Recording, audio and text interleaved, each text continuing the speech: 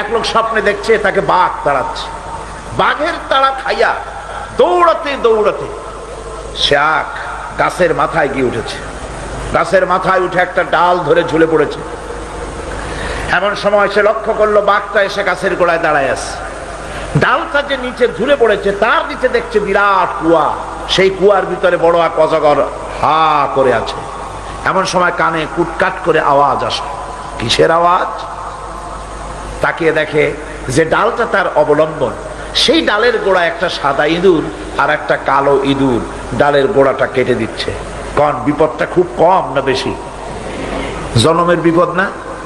গাছ বাইয়া যদি নিচে নামে তো খাবে কিসে? বাঘে। আর ডাল ভাঙিয়ে যদি নিচে পড়ে খাবে কিসে? এমন সময় তার মাথায় ঠান্ডা কি জানি পড়লো। উপরের দিকে তাকাইছে। উপরে তাকালে সাধারণত মানুষের মুখ হা হয়ে যায়, আর যদি দাঁত না থাকে তাহলে জানলা খোলা গাড়ির মতো হয়ে যায়। উপরের দিকে তাকাইছে, মুখটা হা হয়ে গেছে।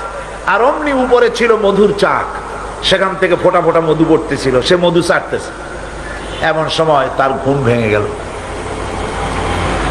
এক বুজুর্গ ব্যক্তির কাছে গিয়ে বলছে, হুজুর এই রকমের একটা মারাত্মক স্বপ্ন দেখেছি, অর্থ কি কিছুই বুঝলাম না। আল্লাহর বান্দা বুজুর্গ ব্যক্তি বলছেন, তুমি যে স্বপ্ন দেখেছো এটা তোমার একারও স্বপ্ন নয়, আর এটা স্বপ্ন নয়, এটা হলো বাস্তব। তামাম পৃথিবীর সমস্ত মানুষের জন্য এইটাই হলো বাস্তবতা।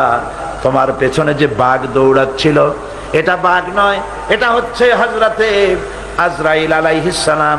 প্রত্যেকটি মানুষের পেছনে ঘুরছে, সময় এলি তার জান কবজ হয়ে যাবে। তুমি যে ডালটা ধরে ঝুলেছিলে ওই ডালটি হচ্ছে তোমার হায়াত, আর ডালের গোড়া কাটতেছিল সাদা ইঁদুর আর কালো ইঁদুর। সাদা ইঁদুর হলো দিনের প্রতীক, কালো ইঁদুর হচ্ছে রাতের প্রতীক। দিন আর রাত তোমার হায়াতের রশিগাছা কুটকুট করে আস্তে আস্তে করে কেটে দিতেছে। আর নিচে যে কুয়া ছিল সাপ হা করে আছে, এটা হলো তোমার কবর। এর মধ্যে তুমি যে মাথার উপরে ঠান্ডা কি পড়লো, উপরে হা করলে মুখের ভিতরে মধু পড়লো, সেই মধু চাটতে চাটতে কবরের সাপের বিপদের কথা ভুলেছো, বাঘের বিপদের কথা ভুলেছো, ডাল ভেঙে পড়বে সে বিপদও ভুলেছো।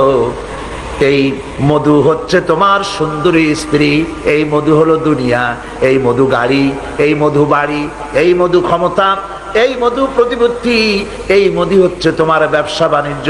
দুনিয়ার মোহে তোমাকে এত বড় বিপদ থেকে তোমাকে ভুলায় দিয়েছে মানুষ।